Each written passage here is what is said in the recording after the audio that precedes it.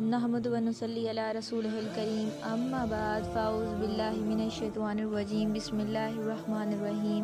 آئیے آج ہم اس مبارک مہینے میں چند ایسی نیکیوں کو جانتے ہیں جو دل کو سکون دیتی ہیں، ایمان کو مضبوط کرتی ہیں اور ہماری زندگی میں رحمتوں کے دروازے کھول دیتے ہیں۔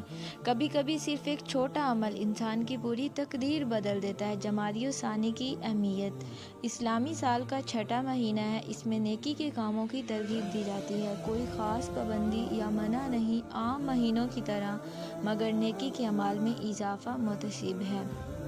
حدیث مبارکہ نیکیوں میں اضافہ۔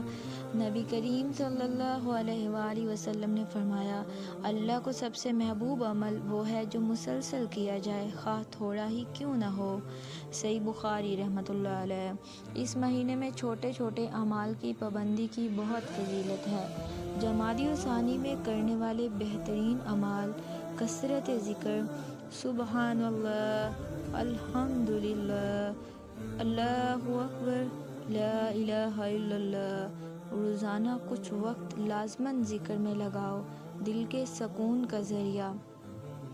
صلاۃ اور سلام، درود شریف، اللہم صلی علی محمد وعلی آل محمد۔ درود شریف سے رحمتیں نازل ہوتی ہیں۔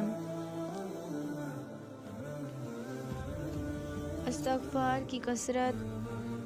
استغفر اللہ ربی من کل ذنب واتوب الیہ۔